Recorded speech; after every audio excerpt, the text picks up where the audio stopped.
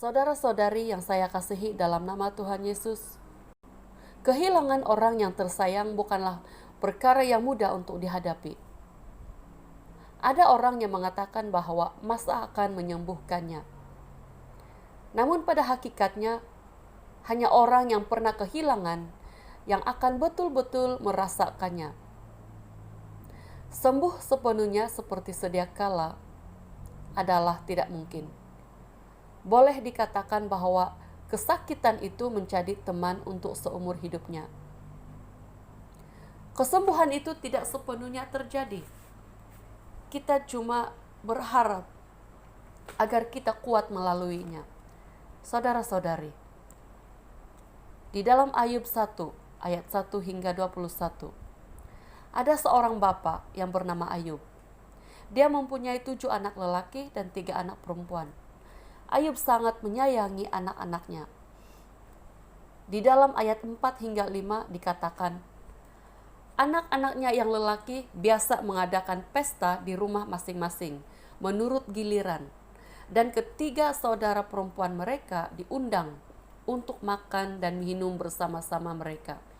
Setiap kali apabila hari-hari pesta telah berlalu, Ayub memanggil mereka dan menguduskan mereka.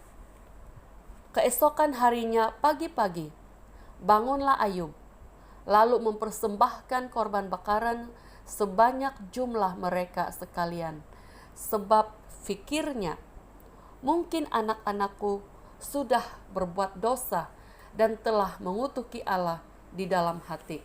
Demikianlah dilakukan Ayub senantiasa. Saudara-saudari, Ayub bukan hanya menyediakan segala keperluan untuk anak-anaknya, tetapi dia juga sangat-sangat mengutamakan hubungan anak-anaknya dengan Tuhan. Dia sanggup menyusahkan diri agar anak-anaknya sentiasa ada damai dengan Tuhan. Dia tidak mahu anak-anaknya berbuat dosa, walaupun hanya di dalam niat hati. Ayub tahu bahwa hidup ini harus menyembah dan menyenangkan hati Tuhan. Saudara-saudari, pada suatu hari Ayub mendapat kabar buruk. Semua anak-anaknya telah mati karena ditimpa oleh rumah yang roboh karena dilanda angin ribut. Tiada ibu bapa yang ingin mendengar kecelakaan anaknya. Namun itulah yang berlaku kepada Ayub dan istrinya. Di dalam ayat 20 dikatakan, maka berdirilah Ayub, lalu mengoyak jubahnya dan mencukur kepalanya. Kemudian sujudlah ia dan menyembah. Katanya, dengan telanjang aku keluar dari kandungan ibuku, dengan telanjang juga aku akan kembali ke dalamnya. Tuhan yang memberi, Tuhan yang mengambil. Terpujilah nama Tuhan. Dalam kesemuanya itu, Ayub tidak berbuat dosa dan tidak menuduh Allah berbuat yang kurang patut. Saudara-saudari, Ayub memang hancur. Namun di dalam kesakitan ini, dia tetap bertahan untuk mempercayai Tuhan. Dia sadar bahwa segala yang dia miliki, terutama anak-anaknya, semuanya itu adalah milik Tuhan. Dan Tuhan berhak untuk memberi, bahkan mengambilnya kembali. Ayub tidak kuat. Namun ketika dia memilih untuk mempercayai Tuhan, maka dia dapat melalui kehilangan yang besar ini dengan kekuatan yang dari Tuhan. Kita juga mungkin pernah kehilangan kawan, kehilangan ibu bapa, kehilangan pasangan, bahkan mungkin juga kehilangan anak seperti Ayub. Kadang-kadang kita mungkin merasa sesak dada dan susah bernafas. Daging terasa ngilu seperti disiat-siat. Darah seperti mau meledak keluar dari daging. Sangat tertekan. Apalagi ketika dilanda rindu yang tak ada habisnya. Tuhan mengerti air mata kita. Dia tahu semua pergumulan kita. Saudara-saudari, ketika kehilangan, mungkin ada banyak persoalan yang timbul di dalam pikiran dan hati kita. Jahatkah Tuhan ketika Dia membiarkan anak yang kita sangat sayangi pergi untuk selama-lamanya meninggalkan kita? Tidakkah Tuhan tahu bahwa sudah tersusun indah rencana kita, impian kita untuk setiap anak kita? Tidakkah Tuhan tahu bahwa kita sebagai ibu bapa telah mengimpikan saat-saat indah bersama anak kita? Di mana Tuhan ketika hal yang menyakitkan ini terjadi? Bukankah Tuhan sepatutnya melindunginya? Saudara-saudari, Tuhan tahu semua persoalan itu. Tuhan tahu kita sebagai ibu bapa telah mengimpikan, merancang, dan melakukan yang terbaik untuk anak kita.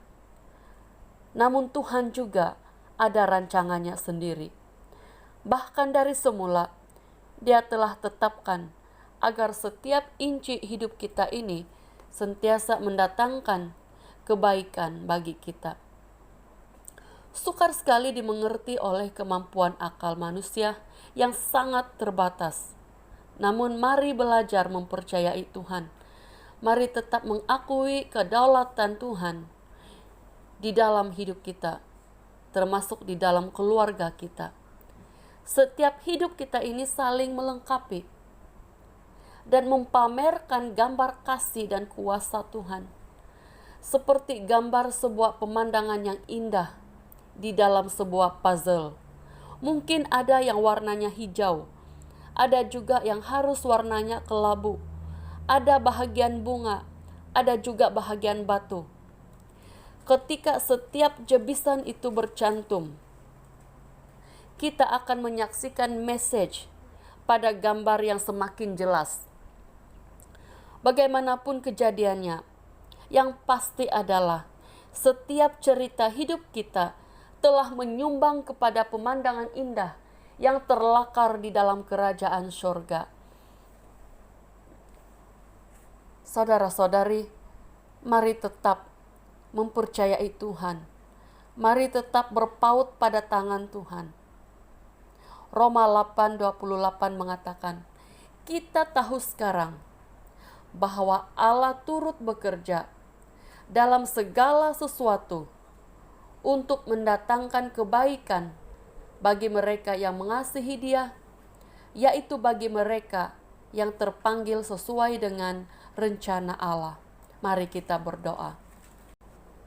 Tuhan Yesus, memang sangat sakit ketika kehilangan orang yang kami sayangi. Namun kami mau belajar untuk mempercayai Tuhan. Sekalipun kami mungkin lambat untuk melihat rancangan-Mu, karena hancurnya hati kami. Kami memilih untuk tetap mau percaya Tuhan. Pegang hati kami. Jaga hati kami ya Tuhan. Kami memang tidak dapat menahan rindu terhadap orang yang kami kasihi, yang telah Engkau panggil pulang ke rumah-Mu di syurga. Kami sakit, kami lelah. Namun kami mohon, kuatkan hati kami untuk tetap percaya Tuhan. Sampai suatu ketika nanti, kami akan bertemu semula di dalam kerajaan-Mu di syurga. Sementara menunggu waktu itu, tuntunlah kami untuk saling menghibur dan menguatkan. Tolonglah kami untuk dapat menguatkan yang turut kehilangan dengan membawa kasih Yesus kepada mereka. Terima kasih Tuhan. Amin.